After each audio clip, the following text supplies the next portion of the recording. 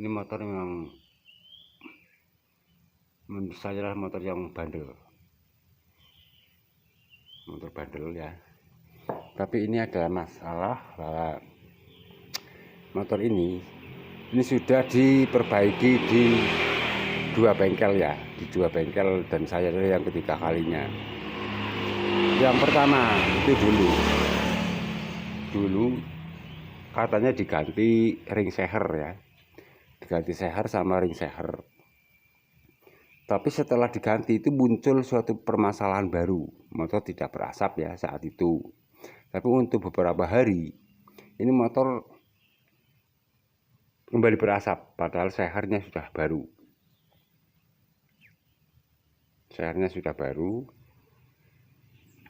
Tapi untuk beberapa saat, baru berkisar sekitar 1 minggu, itu berasap lagi dan dibawa ke bengkel tersebut, melakukan suatu pertanyaan, ya, ke bengkel motor yang nggarap. Dia lepas tangan mungkin karena malas atau gimana, saya tidak tahu. Dan yang kedua itu muncul permasalahan lagi, bagian daripada busi ini, ya. Busi yang ada di sini muncul di bagian sini ini, ya. Nah, ini di bagian busi itu,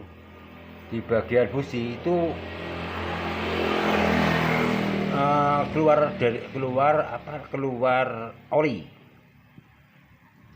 dan dia dibawa ke bengkel yang lain.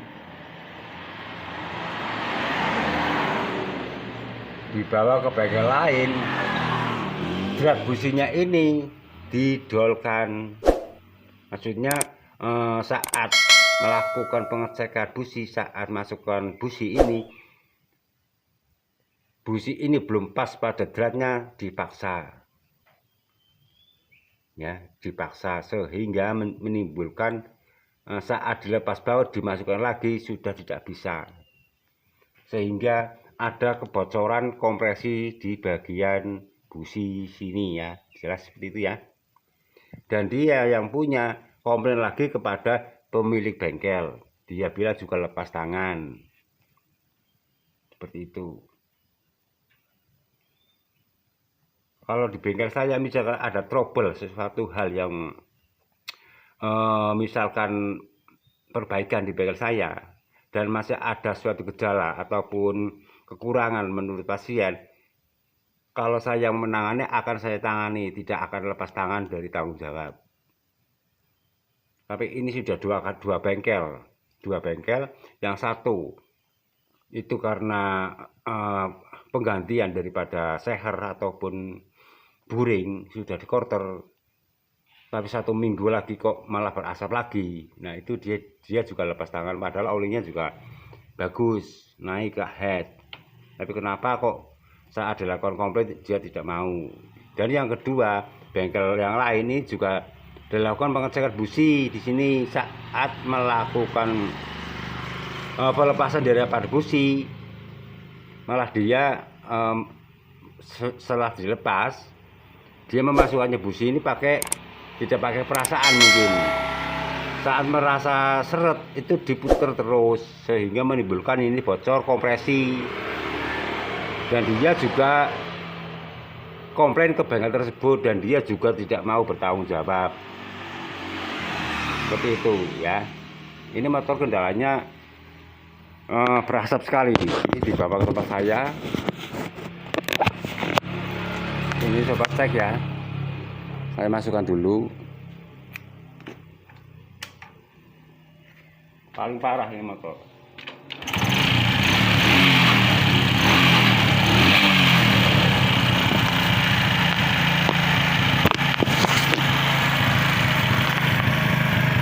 Ini, ya, lihat asapnya, ya.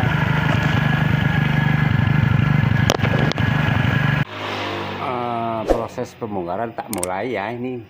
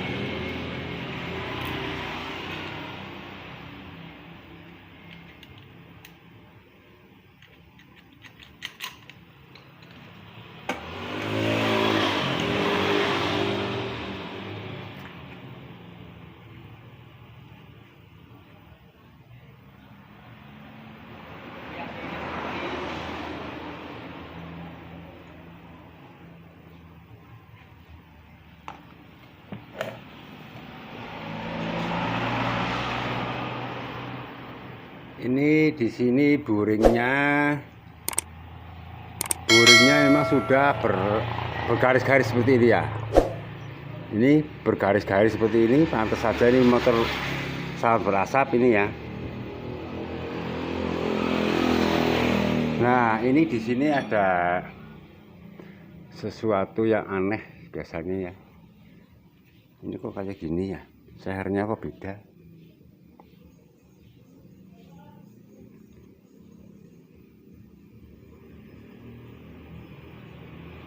Ini buringnya bergaris-garis dan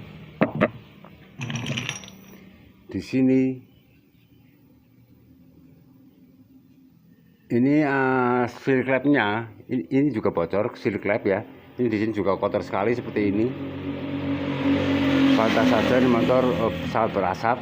Ini semuanya di sini hitam semuanya ya. Hitam karena bekas daripada oli mesin yang naik ke ruang pembakaran seperti ini. Jadi seperti ini menimbulkan asap yang berlebih. Ini. Di samping itu ini sehernya kok aneh juga. Anehnya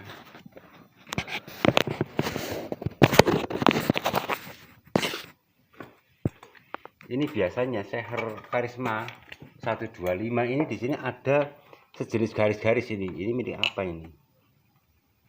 Kok kayak gini ya.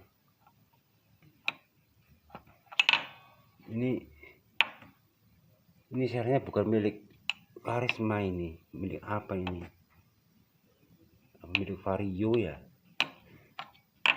Kok besar banget. Di sini kan biasanya ada garis-garis ini. Untuk Karisma 125 ini di sini ada garis-garis di sini. Ini garis-garis di sini ada hitam-hitamnya. Ada hitam-hitamnya. Ini sejenis teflon, ada pelindung daripada linier yang terbuat dari sejenis oli yang kering, oli kering ya. Itu kalau aslinya di sini ada hitam-hitam di sini sampai sini. Sini atas bawah, dan di sini ada garis tengah-tengah. Ini sebagai penyimpan oli di sini ya. Ini kok aneh ini. Coba saya bongkar nanti ya. Ya ada sesuatu yang janggal. Makanya dalam 1 minggu itu sudah bunyi letek di area seher di sini. Soalnya beda sekali. Seher antara seher Grand Supra itu beda sama dengan seher daripada Karisma. Di Karisma di sini ada sejenis hitam-hitam di sini ya. Ada sejenis teflon di sini. Itu adalah merupakan oli kering sebagai pelindung daripada oli yang dikeringkan yang khusus ya. Itu juga terbuat dari apa?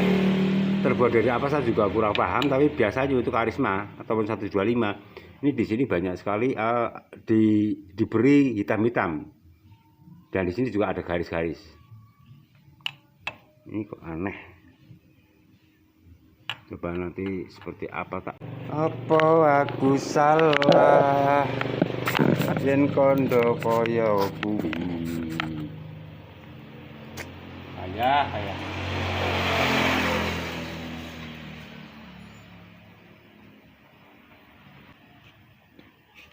Ini sehernya seperti ini ya. Ini saya ulangi lagi, ini kalau milik Karisma ataupun 125 ini di sini ada jenis teflon dan di sini ada garis-garis. Ini besar milik apa ini? Tidak ada kayak milik Yamaha apa ya nih?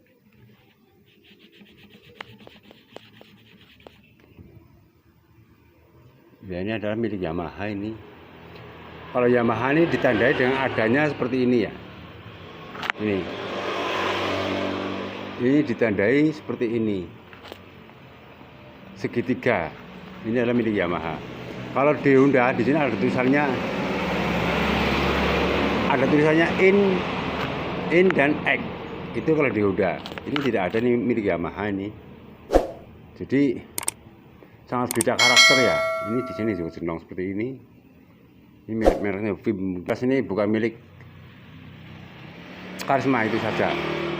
Ini adalah milik Yamaha dan karakter daripada motor ini adalah tidak sininya tidak jenong.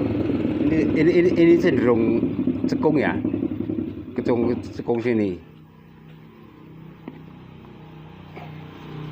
Jadi ini salah daripada penanganan ya. Kasihan juga ini untuk bekerja, untuk cari uang baru 1 minggu kok malah sudah begini lagi. Dia komplain ke bengkel yang pertama, tidak mau tahu, entah alasannya apa juga saya tidak menanyakannya. Terus yang kedua, dia ngecek ke bengkel lain. Setelah itu dibuka businya, malah businya dratnya didolkan. Dia komplain lagi karena olinya malah tambah bocor. Aku komplain ke bengkel tersebut, tidak mau tahu juga. Dia bilang kemungkinan kurang rapat, cuma seperti itu katanya. Kalau menemukan suatu masalah ataupun problem pada sebuah motor itu harusnya total, tidak setengah-setengah, sehingga menimbulkan suatu kekecewaan terhadap konsumen ataupun pelanggan, karena merasa dirugikan dengan telah mengeluarkan banyak biaya, tapi motor malah saya bukannya tambah bener, malah saya tambah parah seperti ini. Aduh, kadang kalau menemui seperti ini merasa kasihan sih. Kasihan, yang namanya bengkel itu bukan hanya mencari keuntungan, tapi juga harus mencari sesuatu yang berguna bagi semuanya. Memperbaiki motor itu harus jadi, tidak malah merusak seperti ini. Ini banyak hal yang harus diperhatikan ya dalam sebuah penanganan sebuah motor. Kelanjutannya akan saya cek lagi nih bagian yang sini ya, tidak mau bertele-tele lah, panjang durasi nanti. Ini di sini hitam sekali, yang jelas ini untuk klepnya, seal klep ataupun klepnya udah bocor, otomatis ini sudah seperti ini ya. Yang nanti akan saya sekir, saya ganti seal klep dan akan saya perbaiki semaksimal mungkin, sebagus mungkin. Itulah. Nah ini di sini, ini udah didrat ulang, katanya malahan dia bilang kurang seret, gitu aja katanya, kurang seret.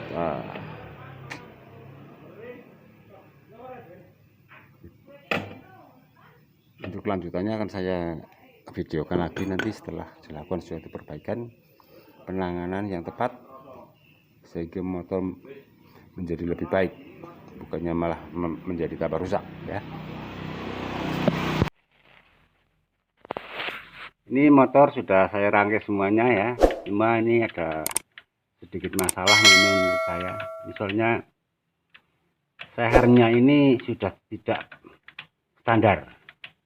Saya cari yang orisinil low proses 200 saja, sehernya sudah plong seperti itu. Jadi ini seher ini sekarang saya pakai menggunakan KZR ya, KZR milik Kawasaki. Ini di sini juga untuk jenis sehernya saya menggunakan VIN ya. Soalnya nyari yang orisinil nggak ada, yang oversize-nya tinggi itu untuk Karisma 200 harus ganti buring. Buring itu mahal sekitar 200-an, jadi saya inisiatif menggunakan pakai seher KZR dengan merek VIN yang di atasnya jenongnya seperti itu, jadi kompresinya lebih padat. Jadi untuk tenaganya juga lebih bagus. Coba sekarang cek, kita bunyikan di engkol.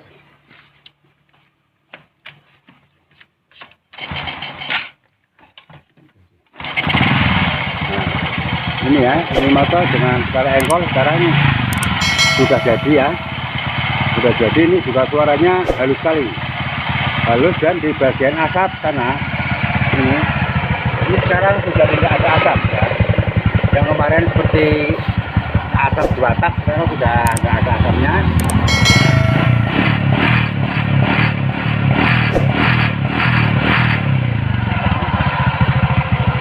Ini masih ada asap sedikit. Asap sedikit ini dikarenakan efek daripada oli yang terlalu banyak di area knalpot. Tapi di bagian sini sebelum dilakukan suatu pemasangan knalpot ini tidak ada oli yang keluar ataupun asap yang keluar. Jadi motor ini sudah fix ya. Motor dengan sedikit rumit menurut saya. Rumitnya itu pencari sehernya yang cocok tuh memang sangat sulit. Jadi alhamdulillah ini saya menggunakan film ada, menggunakan KCR. Jadi ini memang sebenarnya motor sudah salah awal daripada awal pembongkaran, yang harusnya operasinya naik malah diganti menjadi menggunakan seher KCR. Jadi saya meneruskan dari awal, soalnya kalau tidak ini harus mengganti buringnya ini juga mahal, sekitar 200-an. Jadi seperti itu saja, semoga bermanfaat ya video yang saya bagikan seperti ini. Saya engkol lagi seperti apa itu yang punya ya. Ini bagaimana hasilnya, gimana Bos? Sudah bagus. Alhamdulillah. Coba diengkol lagi sekali lagi seperti apa.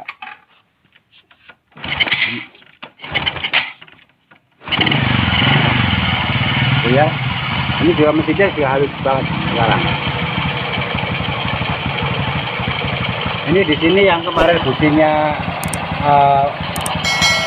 apa namanya, berbuat dengan oli, sekarang sudah tidak ada oli gitu ya. Tidak ada rembesan ataupun oli yang keluar. Ini kemarin juga saya tap lagi di bagian bibut untuk merapatkan dari sini. Misalkan ini masih ada oli, saya juga masih bertanggung jawab untuk melakukan suatu perbaikan lagi. Ini udah aman di sini ya.